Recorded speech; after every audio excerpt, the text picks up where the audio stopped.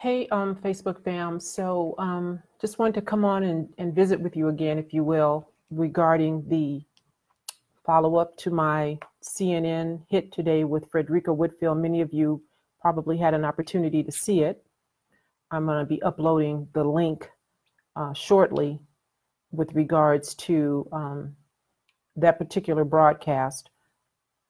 I'm also going to talk a little bit more about some things that I couldn't say, on TV that I wanted to discuss. Now that we've had an opportunity to hear from the family, bear with me, I'm multitasking here.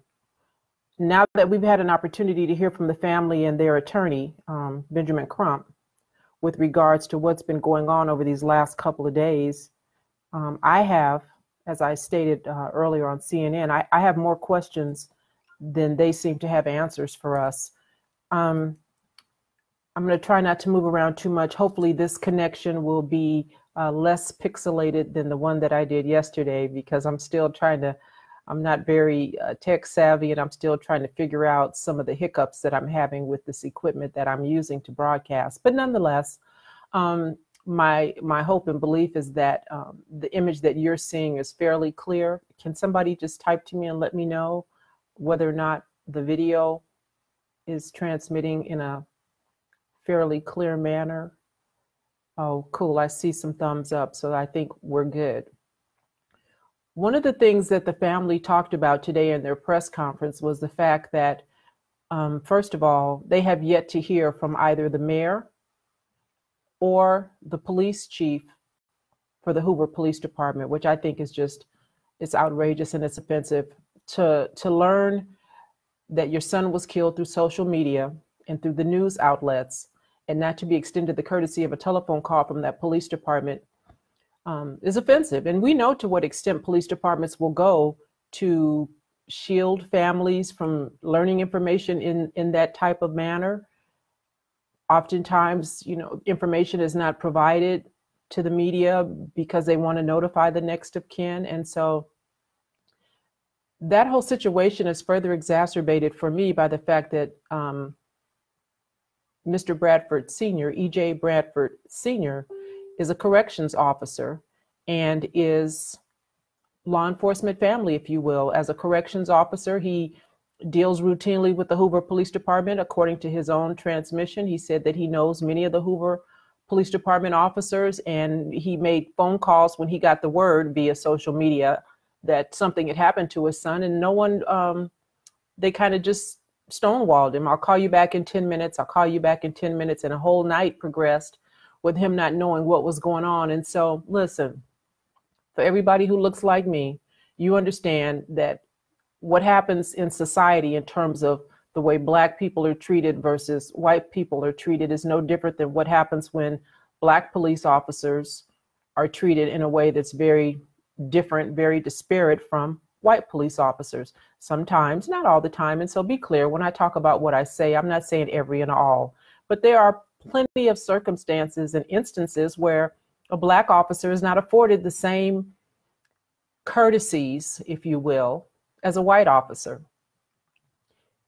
We know this to be true based on reporting that I did on my podcast a few days ago with regards to this Black female lieutenant in Cincinnati who has some issues with the FOP there. And the Blacks on that department in general are talking about the fact that FOP doesn't represent Black police officers when they're accused of misconduct. It's not unusual. It's not uncommon. We understand that as a Black officer in law enforcement. And that's why I've always said I never bled blue. When I joined the LAPD, I just joined because I needed a good paying job with some benefits and a pension that was going to pay me for the rest of my life after 20 years, right? So I don't get my feelings hurt when white police officers, be they peers or be they supervisors, be they my chief of police, don't treat me in a way that I think I should be treated, because I never expected them to.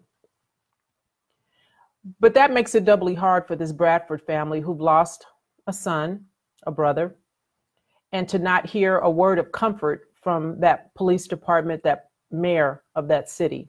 So what I say, because, I don't want to just talk about and fuss about things that are going on and not have any action behind it. part and parcel is why I created this whole speaking tour with regards to comply and complain, because I want to share with you on a broader scale what it is that I think needs to be done nationally to fix these ills, if you will, on police departments in terms of they're not going to do right by us. And so we're going to have to fix this thing from the outside in. We're going to have to do things to compel police chiefs to answer the tough questions.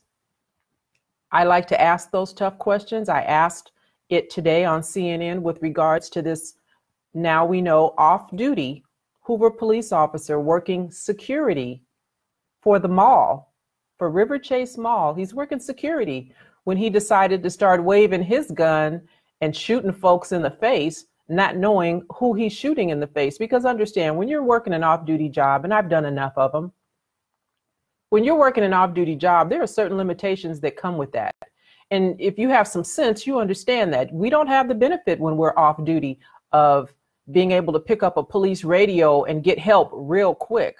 We don't have the benefit of backup many times, depending on how many officers are on a particular off-duty security detail. And so you have to comport yourself with that in mind. And for this officer who's off duty, the first question that I want to know is, what was he wearing? How was he dressed? Did he have a uniform that was issued to him by the mall? What did it say? Was it obvious that he was security for the mall? You understand that this Riverchase Mall now has some culpability in the death of E.J. Bradford Jr. The police department understands their liability, and that's why they've gone radio silent. And by that, what I mean is they're not talking, they're not answering questions of the family that are being posed publicly. Explains a lot to me about why they haven't reached out to the family. Explains a lot to me about why they haven't had a subsequent press conference after that first one.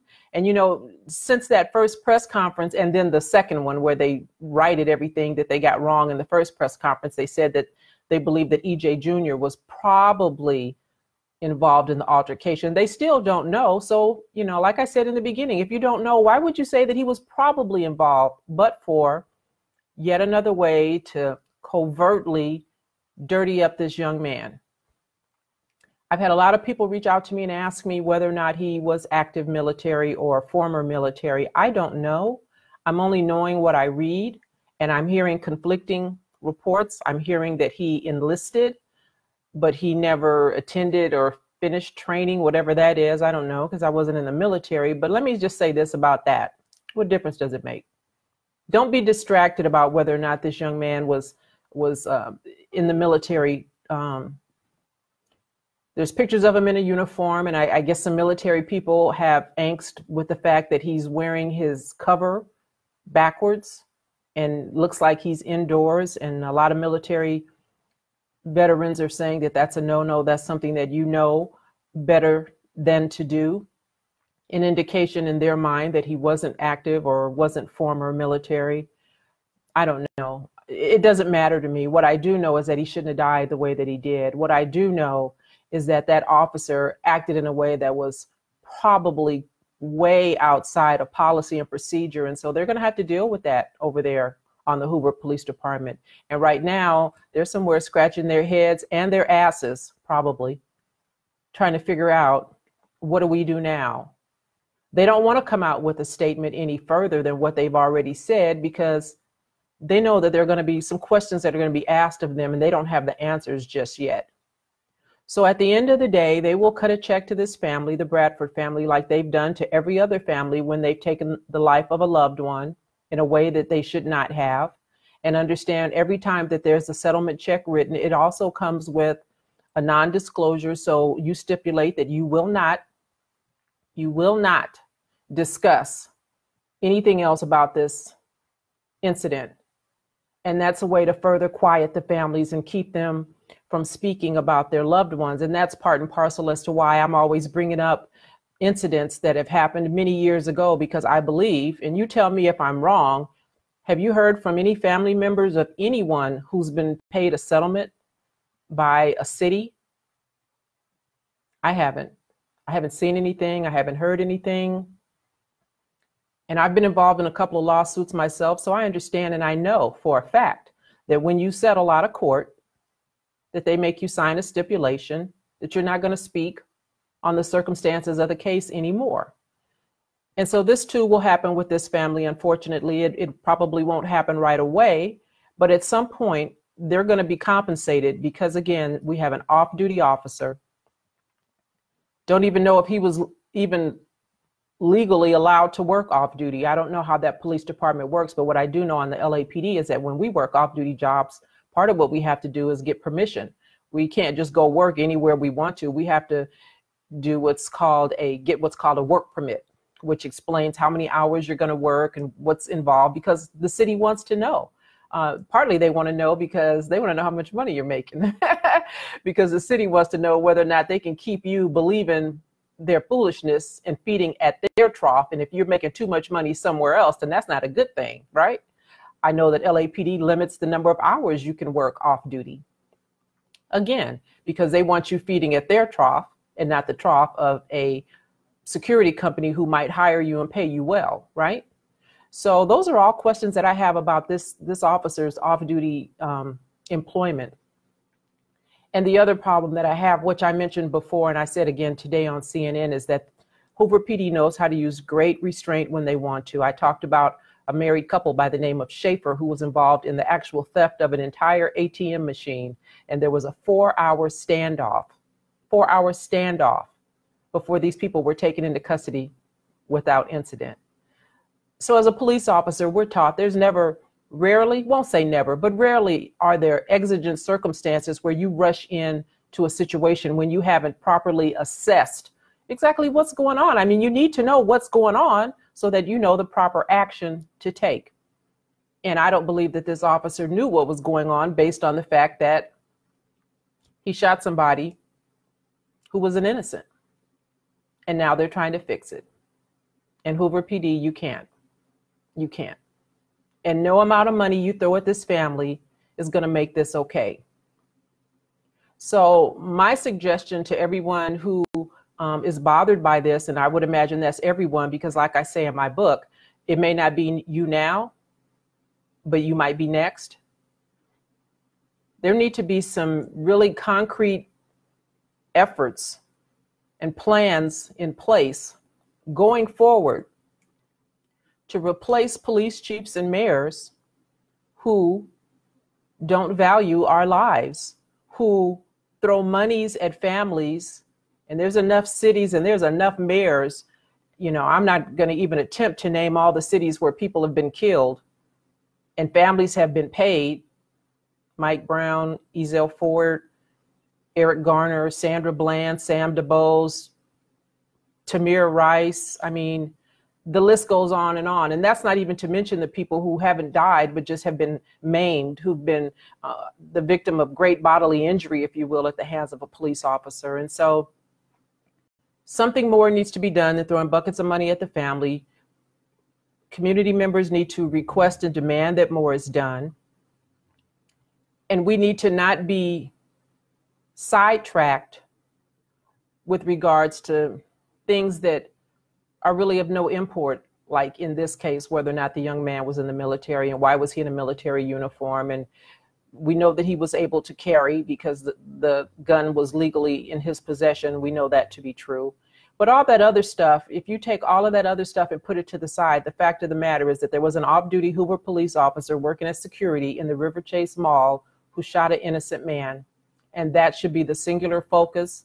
And that should be what everybody is paying attention to in these weeks and months going forward. So wanted to just stop by and share that with you. Again, I'm very limited in the time that I have when I'm on TV. I appreciate the fact that Frederica Whitfield had me on today and allowed me to speak a little bit longer than I normally am allowed to speak with regards to these issues. But just wanted to put those questions out there because someone may know someone who knows this family and who may pose the questions to them that I'm putting forth so that they can get the kind of answers that they deserve with regards to why their son was shot in the way in which he was shot. And why is it that that police department didn't render aid to him? I mean, that's another problem. There's video that shows a registered nurse in the area who was trying to get within close proximity to render aid and she wasn't allowed. So anyway, lots of stuff going on. There'll probably be more updates between now and next Wednesday when I come back. I'm not going to speak on this again until then, if I speak on it at all, just because it's so troubling and it's so upsetting, and I am not wanting to enrage or inflame. I want to be sensitive to the family because, again, you know, I don't know who knows who. And I think sometimes having to relive this after having seen the press conference today and the grandmother pass out, literally passed out in the midst of hearing what was actually done to this young man, it could be bothersome. And so I want to be respectful of the family, but I also want those of you who support the family to do so in a way that's meaningful. So thanks for stopping by. Thanks for checking in with me. I hope you share this on your timeline so that others can hear the additional thoughts and comments that I have on this. And until next time, be good and be safe.